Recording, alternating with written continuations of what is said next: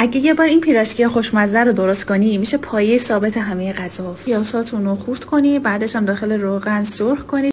پیازا رو خورد کردم، حالا داخل روغن سرخ میکنم. اسفناج‌های شسته شدن هم خیلی کم خورد کنید و بهش اضافه کنید. درش رو بزنید تا اسفناج بخار پز بشه و آبش کشیده شه. 2 تا تخم مرغ، فلفل سیاه. اسفناج‌های خرد شده رو بهش اضافه میکنم. 2 تا تخم مرغ، ادویه‌اش هم بهش میزنم که حالا فیلم نگیره. از نونوایی 2 تا خمیر بربری گرفتم، بهش کم کم آرد اضافه کردم تا جایی که خمیر به دستم نچسبه. خمیر رو به کمک وردن باز کردم، نه زیاد نازک باشه و نه زیاد کلوف. این کارهایی که این میگه رو کردم. بعد حالا مواد رو اینجوری میریزم داخلش، بعدم به زور و سختی میارمش رو اونو میپیچونم. بعد از اینکه همه رو قالب زدم داخل روغن داغ سرخ کردم. من از 2-3 تا قالب همه رو داخل روغن داغ سرخ کردم.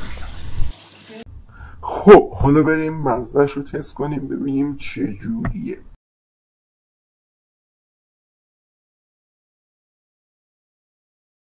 اگه مزه اسفناج و نرگسی و اینجور چیزا رو دوست داشته باشید خوبه. من بهش 8 میدم.